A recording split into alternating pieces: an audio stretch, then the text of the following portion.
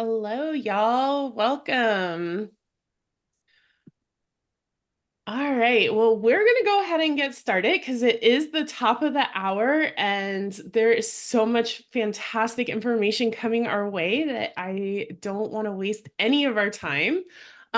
So if you do not know me, my name is Chris Alexander. My pronouns are she and they, and I am the curriculum development specialist for Circles USA. I am so excited that we are relaunching these monthly webinars so that we can just get so much fantastic information from y'all, from the field, from experts outside of Circles, all over the place. So today, our webinar is, and I, of course, moved where I was at on my screen. So today our webinar is to make a plan to vote, hosting an empowering voter education event. Y'all know all of that because you signed up and registered for it. And our hosts today are Christina Williams and Anna Hurley from Circles Northwest Arkansas. So a little bit about these two amazing humans before I pass it off. So Christina Williams is the founder and executive director of Innovative Poverty Solutions and Circles Northwest Arkansas.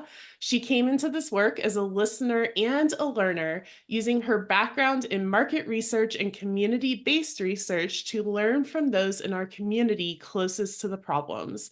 She is passionate about building spaces that center underheard voices, developing leadership from the margins, and tapping into the power of social capital to reduce poverty and build belonging. She's told us even more, but that I think sums her up very well. And Anna Hurley is the Big View director at Circles Northwest Arkansas. Yes. With over a decade of experience, she is dedicated to advancing social, environmental, and economic equity through innovation and education. Anna's passion for creating meaningful change drives her to lead impactful programs and initiatives within her community. So I am so excited to welcome the two of y'all. I will be monitoring the chat, just a little bit of background, and there will be an opportunity partway through for some questions and then a larger Q&A at the end. So feel free to put your questions in the chat and they will get answered by the end of the webinar. And without further ado, Christina and Anna, thank you so much for joining us and take it away. Thanks, Chris. That was wonderful introductions. We're excited to be here with you. I'm going to go ahead and share my screen. Yes. Oh, of course, I'm in the wrong place, but.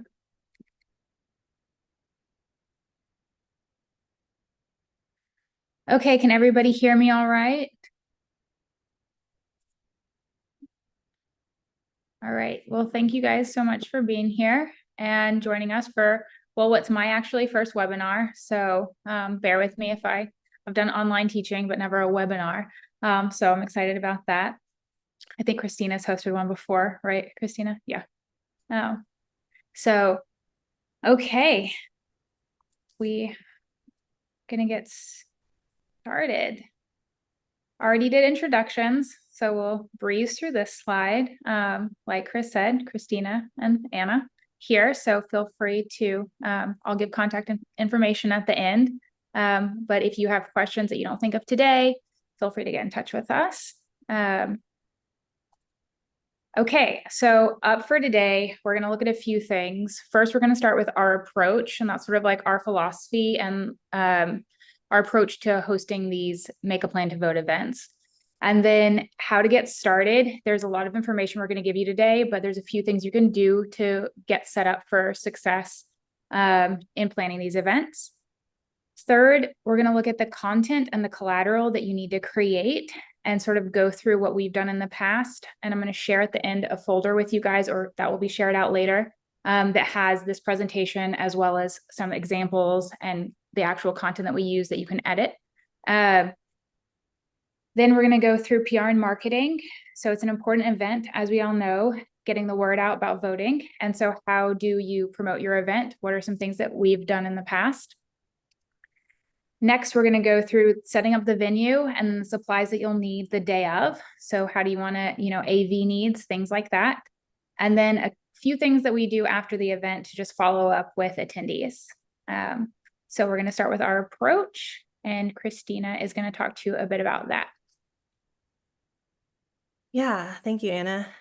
So we decided to do these voter education events because as we were looking at there's a lot that can help people register to vote. There's in our community, we have different candidate forums, but it felt like there was this gap in just general voter knowledge about who are our elected officials, what are their roles and responsibilities, and what kind of power do they even have to affect our end goal of trying to reduce poverty in our community.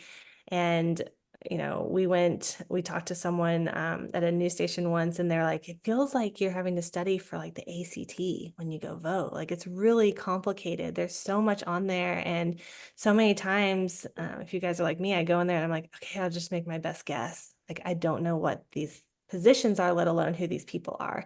And so our approach to this voter education is we want people to feel more confident. We want confident voters. When you go in, we want you to feel like, I know what these positions are that I'm voting for, and I've done my research on the candidates.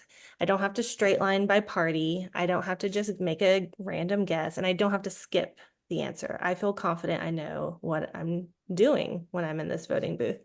And so we want confident voters. We want educated voters. We want people that say, I know what a justice of the peace is. I know what the quorum court does. I know what a county judge, all these positions that, at least for me in my one semester American government class in high school, like I did not either learn or retain that information. So we know that there's a gap and there's some education needed just so that we can help people be better and more engaged citizens. And then the prepared, our event is very practical, very hands-on. We want people to actually look up what ward they're in and write down when they're going to vote, and they get a worksheet so that they can literally bring that into the voting booth with them. We keep reminding them this is not a test that you have to study for. Like, you can be prepared when you go into the voting booth. And so that's our overall approach, is we want people to feel confident, educated, and prepared. And I think that really allows us to put on a real specific and highly informative but nonpartisan voter education event. Yeah, exactly. I think, like Christina said, it was surprising when the host of the show who said that to us about it felt like taking the ACT. I think one word that comes up often is like intimidating, that the whole process can feel intimidating. So it's really our approach is to make sure that you're going in there and you don't feel intimidated by information that is supposed to be for the people. So yeah. Oh, that's the wrong button. Okay. Okay, so getting started, we are going to go through a lot of information today relatively quickly, but to get started with planning an event like this, we would suggest starting with making a timeline. In the past, we've hosted this event on 4 weeks, but we suggest taking 8 to 10 weeks to sort of get it all together and prepared. So make a timeline of 8 to 10 weeks out from the date that you're planning on making the event, just going through all of the things that we'll talk about, creating a timeline, and I'll actually share in the resources a sample timeline that we've used in the past.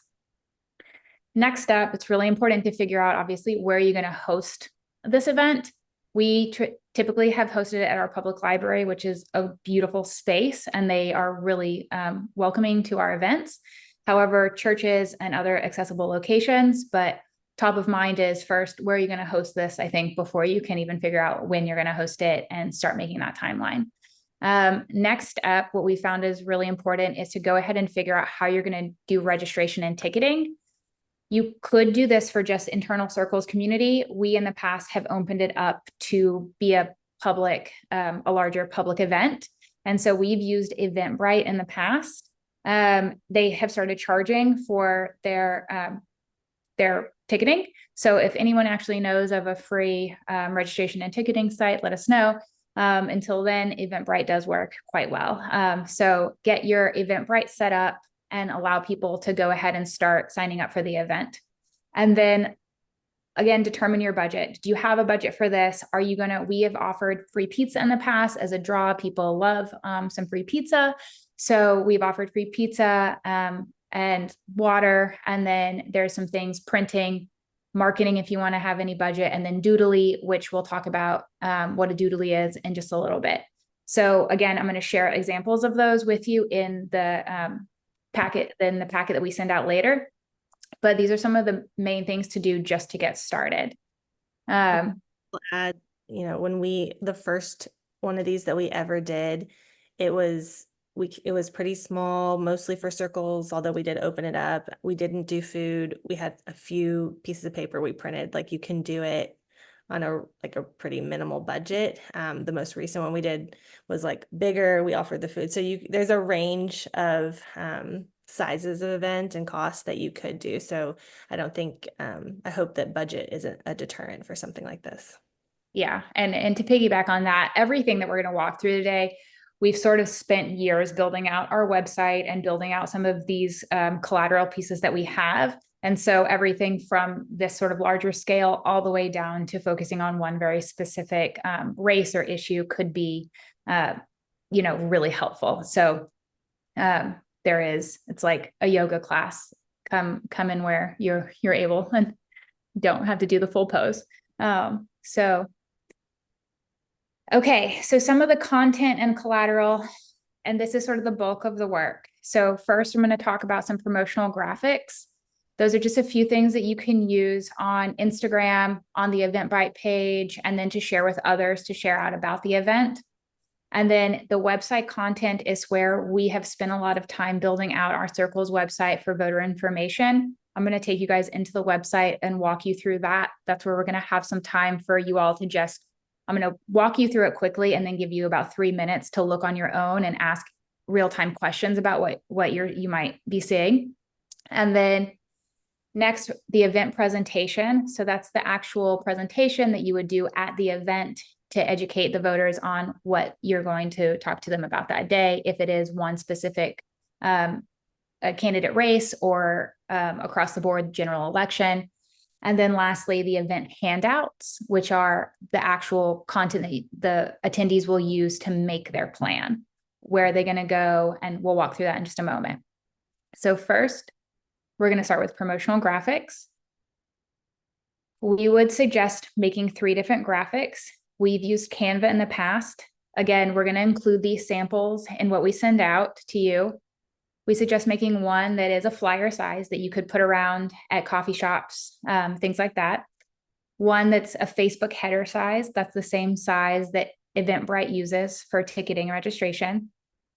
And as well, our library uses for their promotional materials. And then one that is an Instagram size. Obviously, you can share on Instagram and that you can share with others to share on their Instagram. Talk a little bit more about that when we talk about PR and marketing. We've made, all of these in Canva. And yes, so that's kind of start here because you could use these to go ahead and start getting the word out and make that Eventbrite page. Okay, next up is our website. I'm going to take you guys into our website.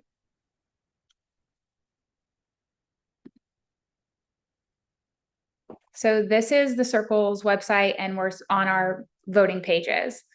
There's a lot of content here. I'm going to take you through. We serve both Washington and Benton counties in our Circles of Northwest Arkansas. So we've built out our pages to reflect both of them. I'm going to just take you into the Washington County page because the Benton County is pretty much a reflection of that. So clicking into our Washington County elections, what you see, and this is still built out from our primary elections that happened in the spring. We're just about to update it for the generals. So first, what you see is the different positions. And then this over here, you'll see a doodly. Don't click on that just yet. But what we like to do is list out the different positions and give us sort of a high level of what is that position. This one's a little more detailed. And then we get into the actual candidates for the different Justice of the Peace districts. So, and then link to the website to learn more about those different candidates and listing if they're associated with a party, which party they're associated with.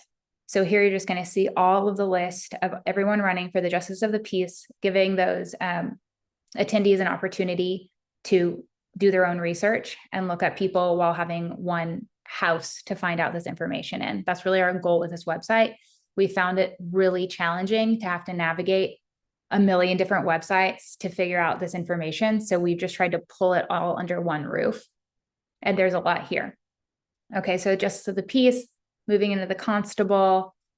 Again, high level, what is that position? We do not have a doodly for this one. And then moving into school board, everyone running for school board.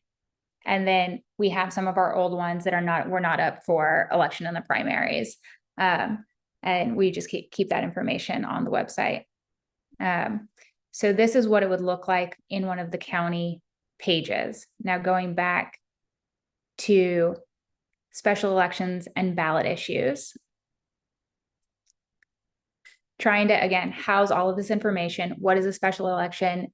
Helping people understand what that is, what are ballot issues, and then listing what they can expect to be seeing on their ballot based on the location that they're in. So I'm going to share this link with you guys. I'm going to set a timer for just a few minutes, let you just look through the website, and in real time, if you have any questions, feel free to ask. They can be logistical questions or whatever, and we'll try to answer. Do I have to stop sharing in order to chat? No. I'll put it in the chat. Oh, thanks.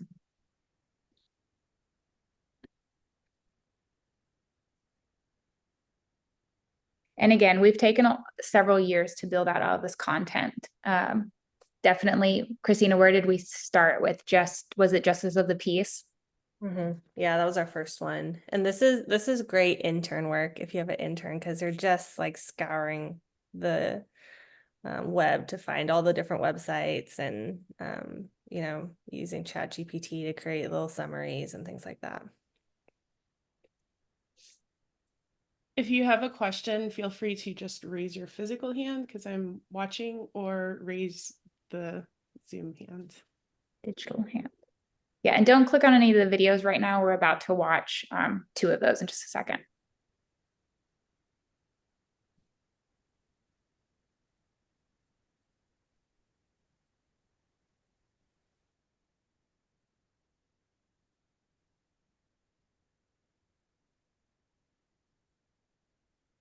I will ask a question. Do y'all have where the best place to get this information is, especially like about the positions themselves? Is there like a spot to go, or is it really just kind of trying to compile information from a bunch of different places? Or Fantastic question.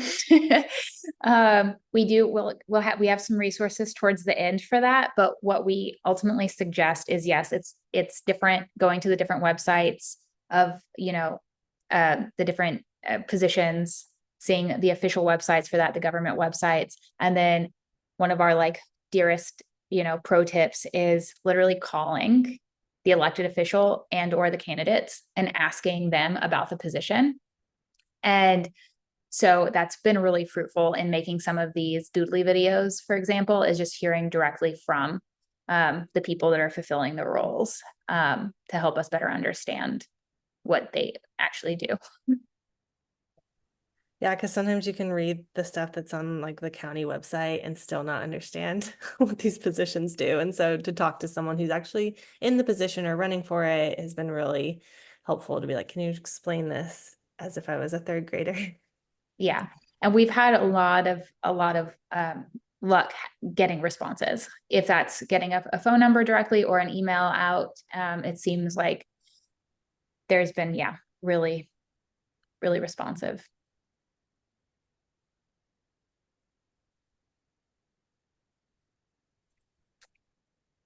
Okay, just about 40 seconds left, and then we'll move on.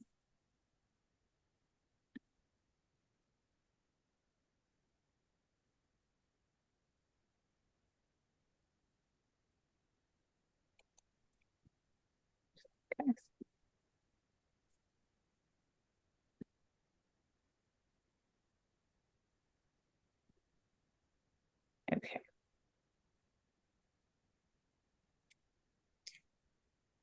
Okay, so if as you look through this website later on, you have questions, again, I'll share Christine and my information at the end. Feel free to reach out if you need advice on, websites to host it on or ways that we went about doing this. We're happy to answer any questions and help however we can.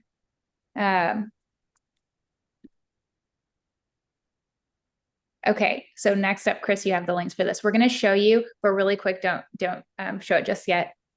These are our Doodly videos that we feel have been really helpful, sort of breaking down different positions. And the first one we're going to show you is just the voter 411. And this kind of just helps walk voters through the real basics of finding out if they're registered to vote, finding out basic information on their ballot. And this piece goes along with some of our worksheets that we'll show you in just a little bit. And we'll talk about how we got these made too in a moment. So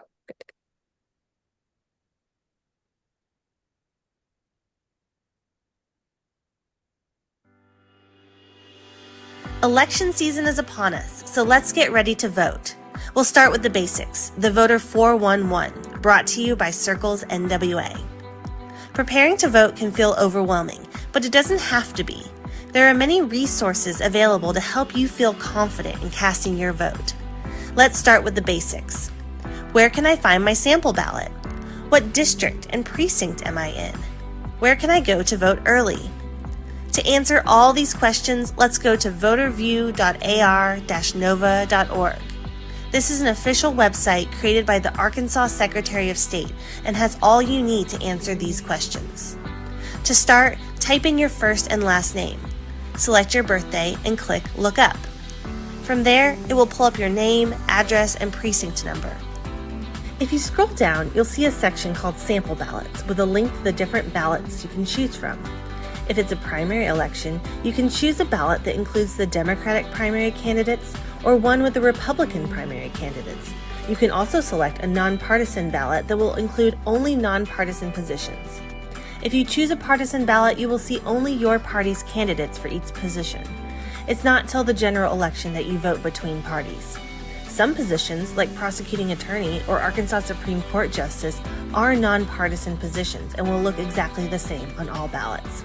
If it's a general election, you will only see one ballot. As you keep scrolling, you'll see a long list of early voting sites. And if you keep going, you'll see all the voting centers in your area. You can go to any voting center to cast your vote, including the county courthouse. But check VoterView before you go because operating hours can vary by day. From there, you can click on the drop-down button labeled Show to see all the different districts you're in. Due to redistricting, your districts may have recently changed, so you might want to check ahead of time.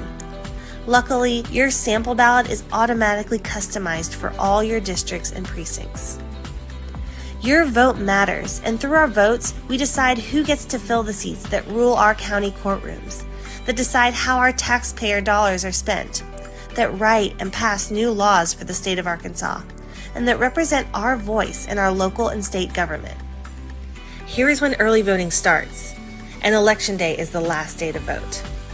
Circles NWA is a nonpartisan organization focused on reducing poverty in our community. We put out voter education resources created to help our community feel confident in casting their votes, become better informed about the powers our elected officials have, and how these elected officials can impact people living in poverty. Circles is committed to helping families move out of poverty and fighting to reduce the barriers that keep them in poverty. Check out more of our voter resources on our Instagram and Facebook pages, as well as on our website at circlesnwa.org/vote. Okay, thanks, Chris. We have one more in just a minute, but I'm going to talk to you guys about, oh, right, you kicked me off because I forgot. Okay. So the way that we've made these is first by researching what we want to share. So for this example, we found out where is it that in our state a voter can find out all this information. Obviously, you guys are not going to be voterview, arkansasnova.org, whatever it is. But I have a resource at the end where you should be able to find the one that's for your state. So start by kind of researching the information. Again, good job for an intern, possibly. Could be a bit confusing. And then take some of the research and then turn it into a script. And then once you have that script, you can we hired somebody off of, was it Upwork or Doodly? Upwork. Yeah. We originally made our own, but then found we could outsource it. Yeah. And so we've hired the same person, which is a little tip too, is we'll share these videos. And if you want to do this, you can share this with the person you hire. So they'll have a very clear vision of what you're looking to have made. Once you have one made, I would suggest if you find someone that's good, just continue to rehire them because they'll create it in the same style and they'll understand what you're going for. We can also probably share out the person that we've used from Upwork as well. For about a 3 to 4 minute video, it's about $300 to $400 for the whole video, but it's great because it, can be used over and over again. A small thing that we learned for this, for example, is in there it said early voting starts on, and at first we had it to where the voice said the date, but now we changed it to where it just shows the date so that we can continuously update just that piece instead of having to create a whole video. And so that was the Voter 411, helping people just get oriented to their ballot and what to expect. Obviously, that was the one we used for the primaries. Now, Chris, I'm going to stop sharing my screen. We're going to share one with you that is a position-specific video, which is the first one we made for Justice of the Peace, trying to help educate voters on what is a Justice of the Peace. So.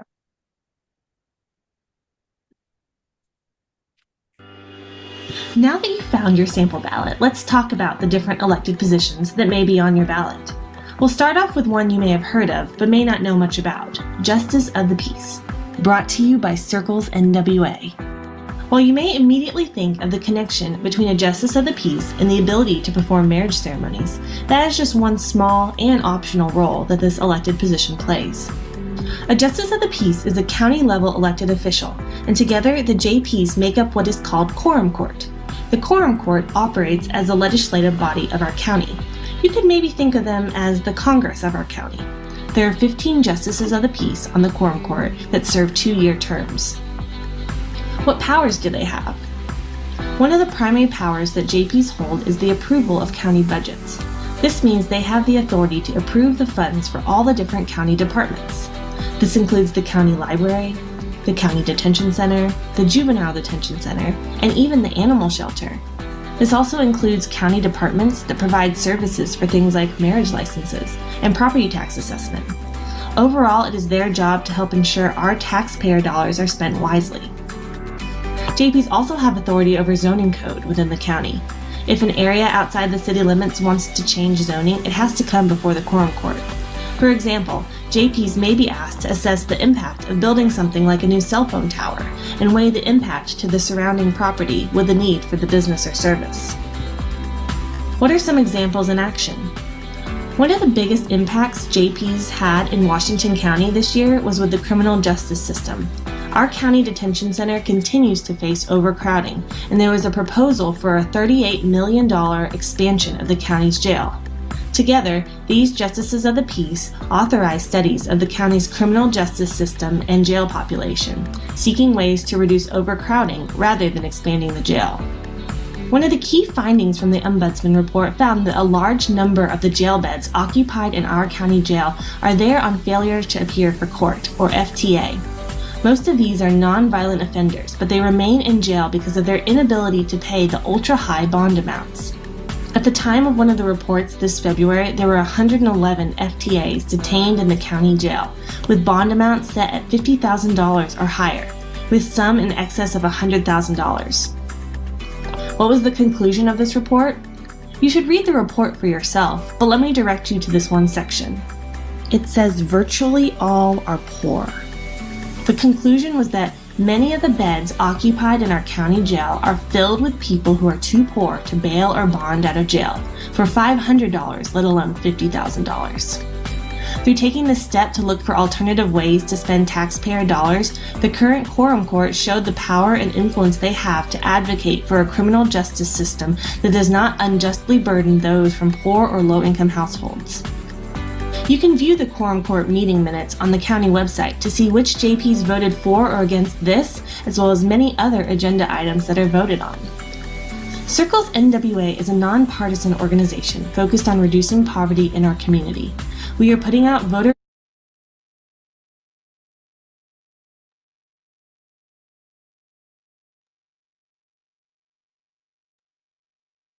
You are muted, Anna.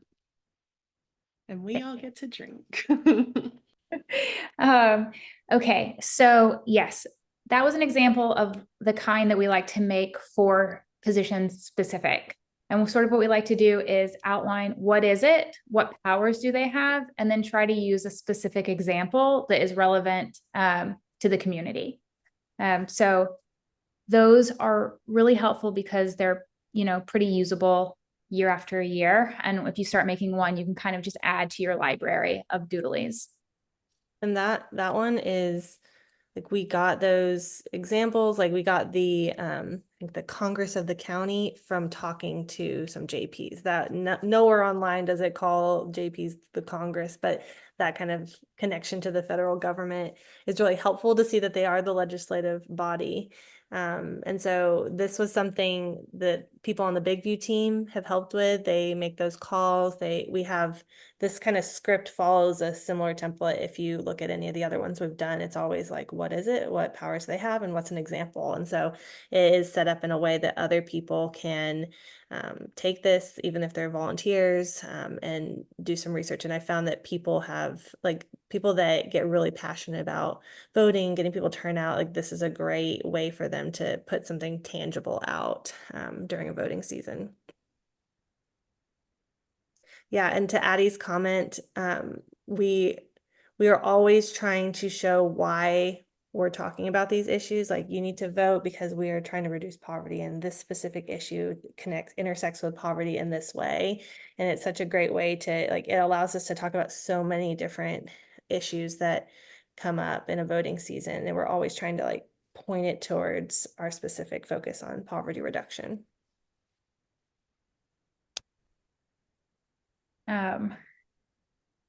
Okay, so next up, and the next piece of like content and collateral is the actual presentation that you'll use during the Make a Plan to Vote event.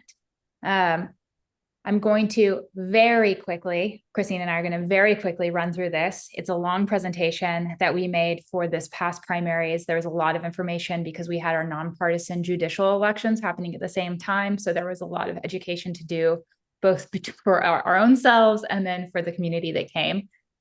So I'm going to let Christina start with, that's us again. So when we do this, it's a great opportunity first and foremost to just share more about Circles with the community, because ideally you get people to turn out that aren't in Circles. I always, because we invite our Circles community to this, I always, have people say like, raise your hand if you're part of the Circles community. And it's really cool to see so many hands go up. And I think it makes people want to be part of it. So, but it's just a great opportunity to kind of share just some real basics of who we are and what we do.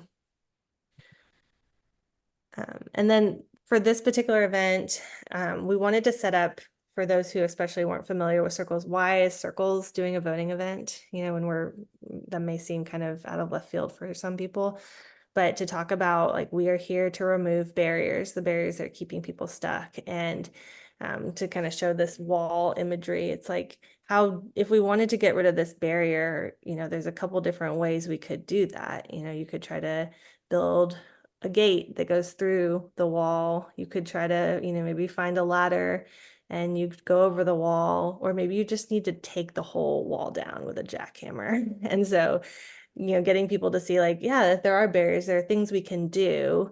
But then like, how do you know which one is right? And then to go to the next slide. Okay. then so in more practical terms, like to take down the wall or to go over it, like, are we talking about a law? Are we talking about needing budget money? Do we need to go before a elected body and advocate? Do we need to get out there and protest because people just aren't listening? And so if, to try to identify which action you need to take, it's really important to know who you're going to go talk to about this law, or who actually controls the purse and is responsible for allocating funds and making budgets. And so for us, as we're trying to talk about and take real strides to taking those barriers down, it's really important for us to know who to go talk to. And that's why we want people to feel educated about these different elected positions. All right, so always important to give people Wi-Fi, especially because they're going to need their smartphones or laptops in order to get on to do the research, to look up their ballots and find that information. So wherever you have, wherever you're hosting this, make sure that there is public Wi-Fi. That is another important thing.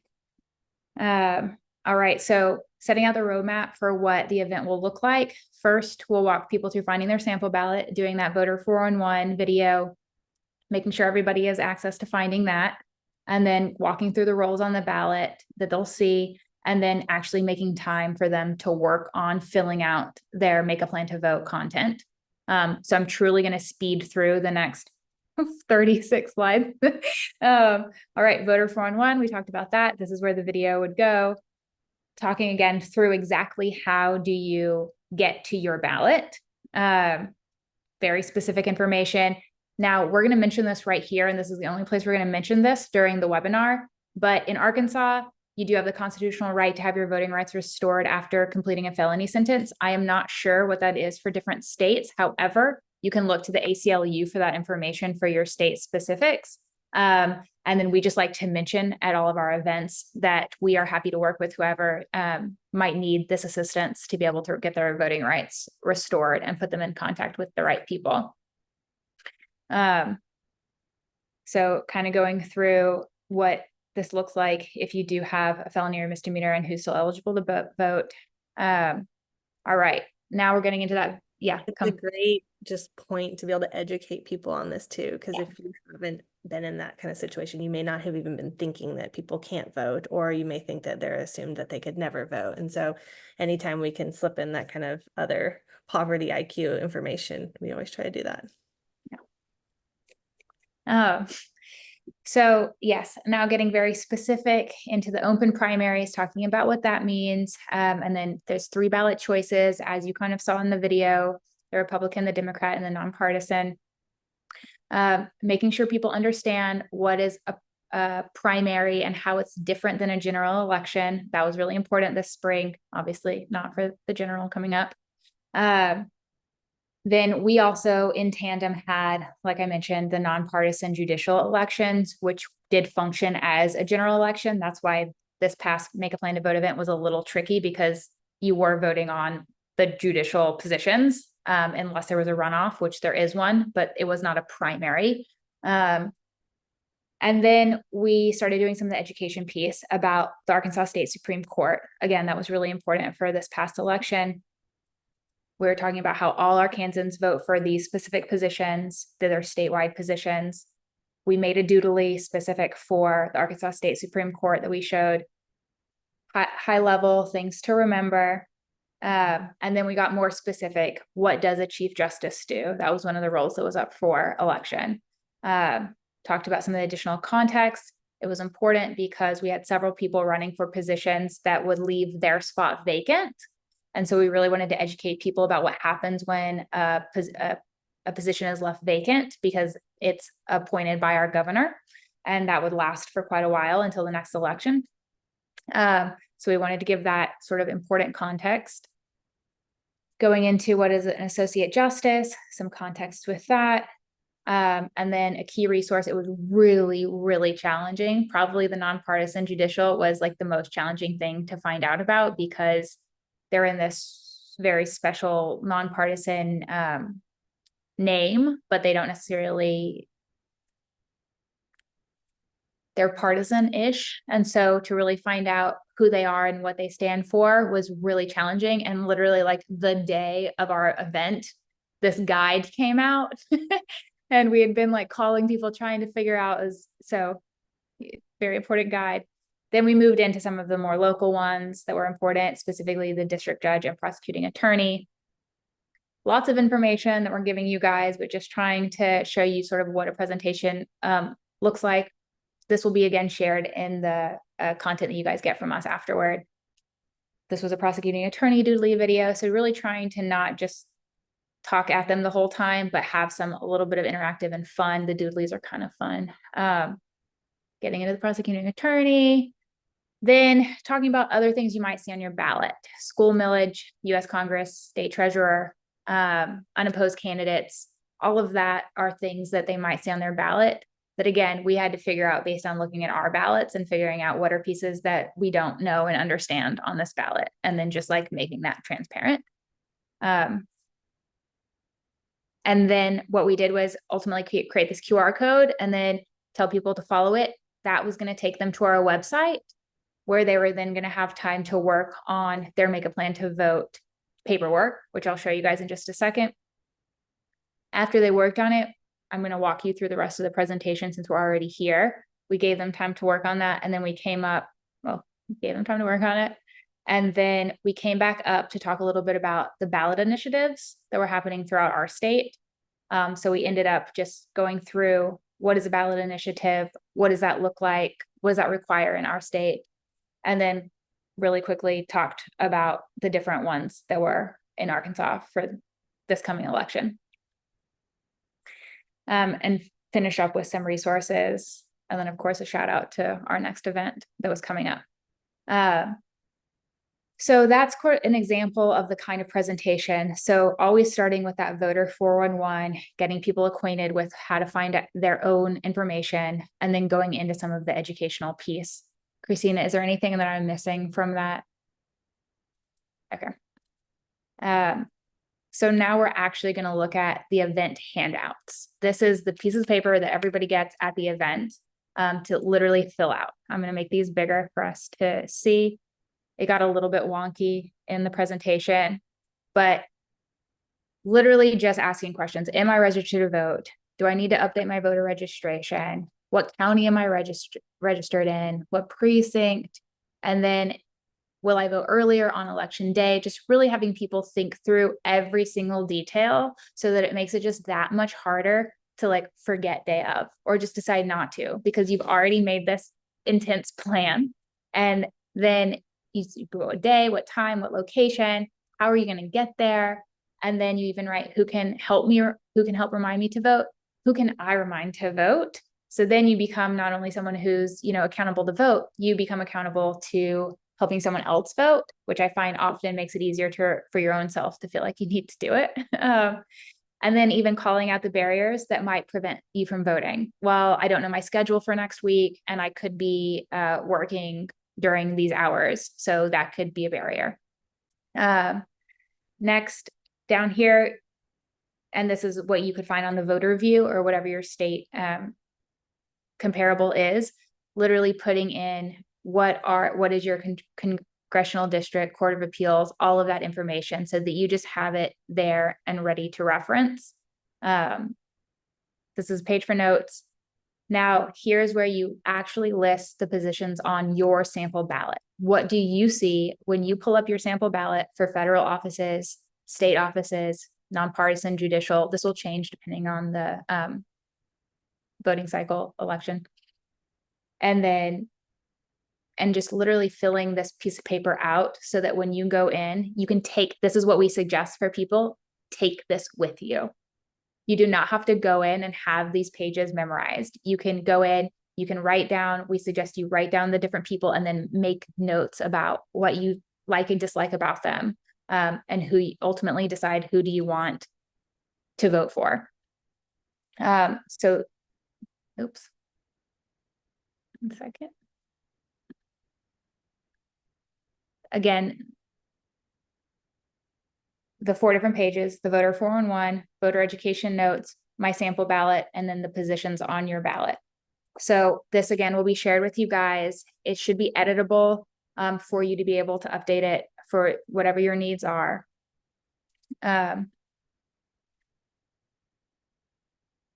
Okay, so that's all the sort of content and collateral, the things that you need in order to pull off this event.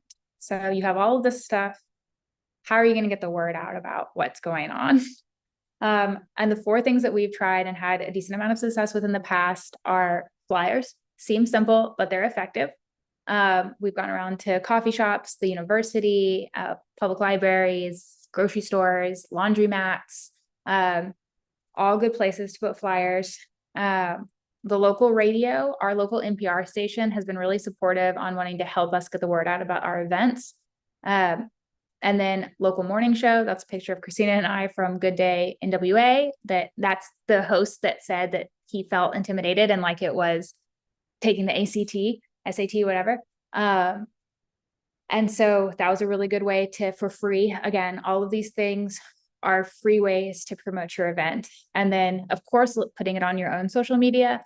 But another effective way is to talk with organizations that also want to get the word out about voting and share your little Instagram graphic or whichever graphic with them and ask if they would share it on their social media as well. So that could be the League of Women Voters or anyone that you might know is an organization that also wants to encourage voter turnout. Am I forgetting anything on that? Okay. Okay, some boring logistics are, so you need to come up with a run of show, most likely to stay organized. I'm going to click on this. I believe it's going to show us. This is an example of ours. Can you guys see this?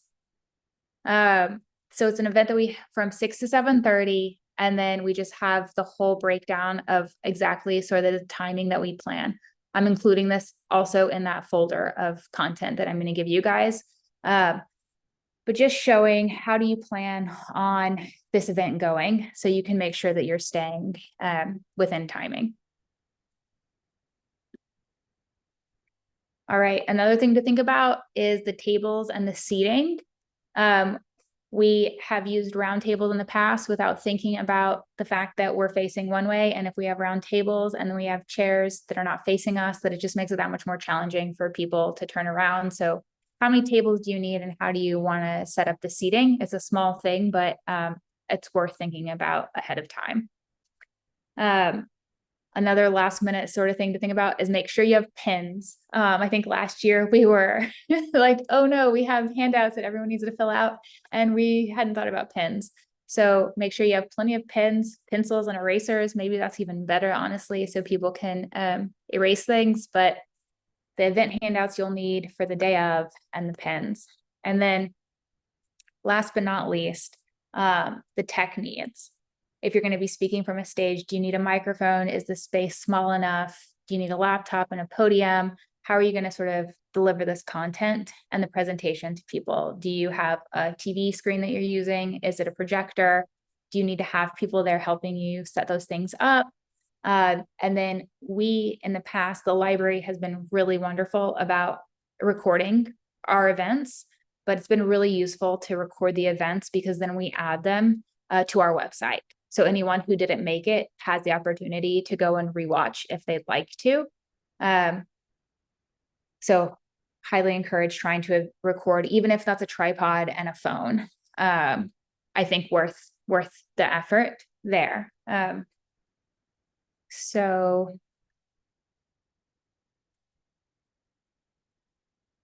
Okay, there's a few post-event tasks that we suggest doing. One is try to get, when people show up, try to do a sign-in list and get their phone numbers and their emails. That way you can create a text reminder list if anybody wants to be reminded. Most important, obviously, for the Circles community and the Circle leaders, but I think the more people you can try to get to vote, the better.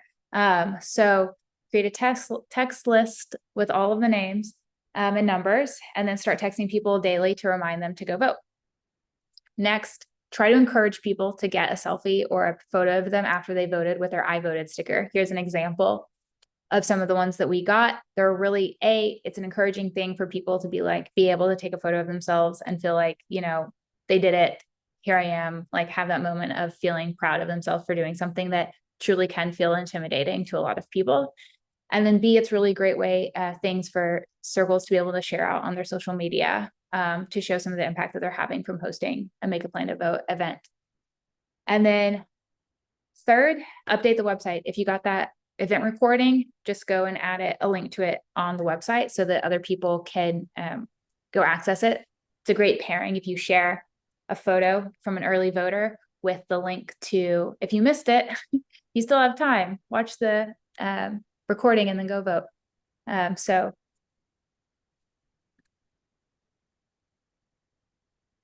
Okay, here are some resources. This is voter education. You can use our website if that's helpful for a framework, or even to click on the links to see where is some of that content coming from that we're finding. If it's our local Secretary of State's office or whatever it might be an indicator that your Secretary of State's office might be a place to look for it. We have our YouTube, which has all of our doodlies on it and the recordings of our Make a Plan to Vote from the past, if that might be helpful to just get a better idea of what this looks like in real time. And then feel free, of course, to share those doodlies with anyone that you might hire to make one. USA.gov, I think that one directly links you to the voter page where you should be able to put your information to find out all of that ballot information that we use the voter view. It should either take you directly to your information or give you the link to find your state site. Voter view is that example of the one that we used. I don't know if that's something that is national for state to state. It might be. And then Ballotopedia, if it's, except for hyper local races, Ballotopedia is very helpful. They do a really good job with their information. It's always worth seeing if you can like second check it just to make sure. But it houses lots of content. And then local candidates, elected officials, and offices. That's our pro tip again. We have often called the offices, the officials, and the candidates directly to just ask them questions. And that has been one of our most fruitful ways of getting information. So I can't suggest enough to just make those phone calls. Might feel a little intimidating, but at the end of the day, that's directly to the source. And then here are some of our design resources. Like I said, we've used Canva in the past and Upwork for our doodly. We've used FedEx for printing. They always have deals. So just like Google FedEx printing coupon, and you'll probably be able to find something. Our handouts are the Make a Plan to Vote actual handouts were created in PowerPoint. So editing those is going to be easiest using PowerPoint.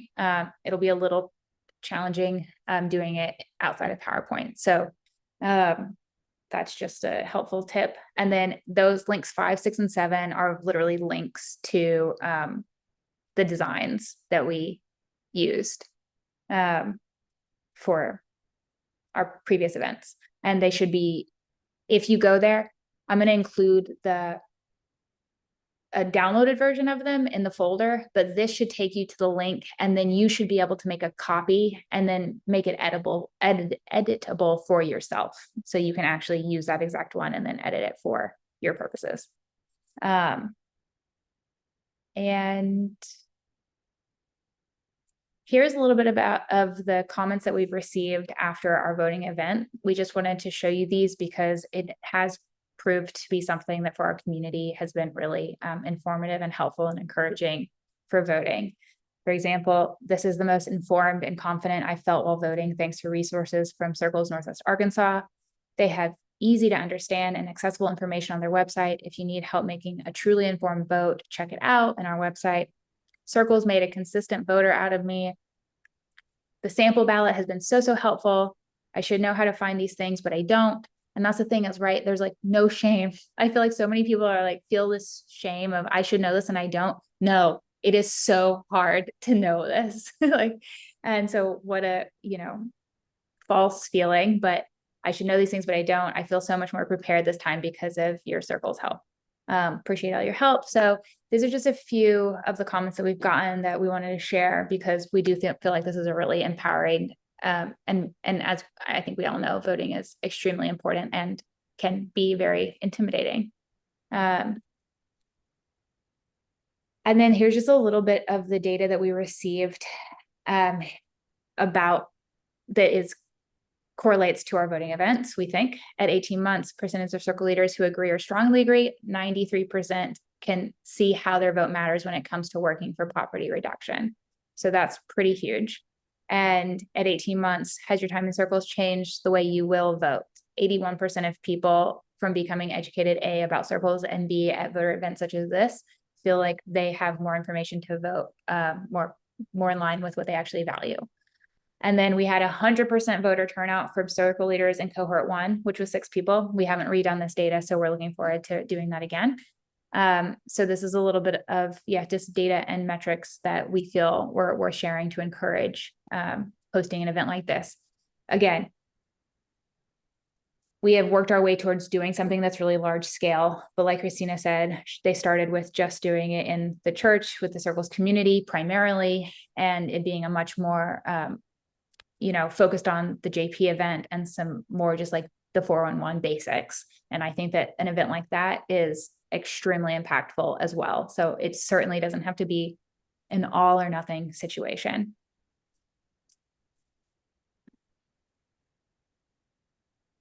Okay, and now we have a little bit of time for questions, if anybody has any. And then that's our contact information. So jot that down. I'll also be sharing this presentation with you.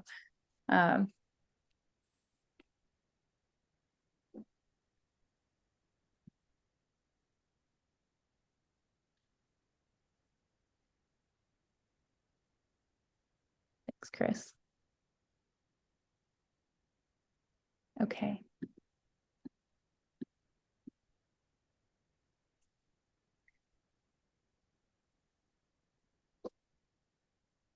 Well, if there's no questions right now, that's totally fine. We're just pretty much at time anyways.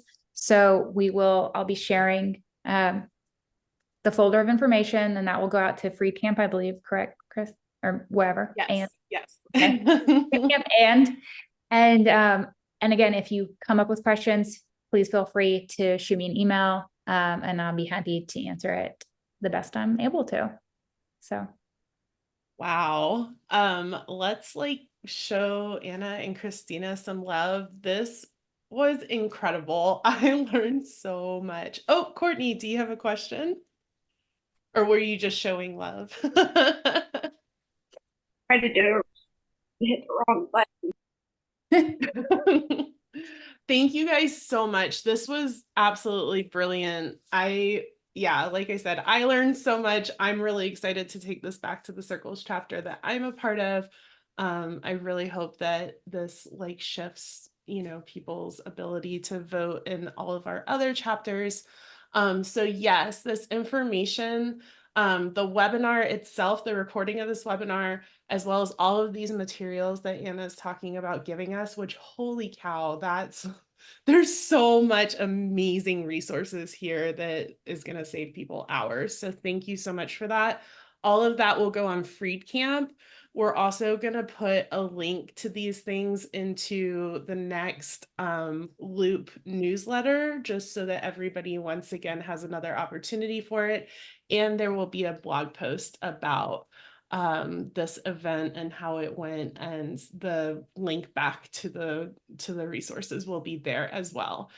So lots of opportunities to get your hands on it, and to tell everybody else in Circles that to come watch this, to come get the resources, be supported in leading one of these events and supporting their Circles community of practice. So thank you again, ladies. Amazing, amazing, amazing information. I really appreciate y'all coming and doing this and sharing this with us. Well, thanks for having us, and thanks for coming. Yeah, absolutely. Thank you, everyone, and have a great afternoon, everyone. And I'm sure, there's 3 seconds, but if you have a question, I'm sure Christina and Anna would be willing to stay on for a minute and answer any final questions. And of course, they have shared their contact information as well. And y'all have a wonderful afternoon.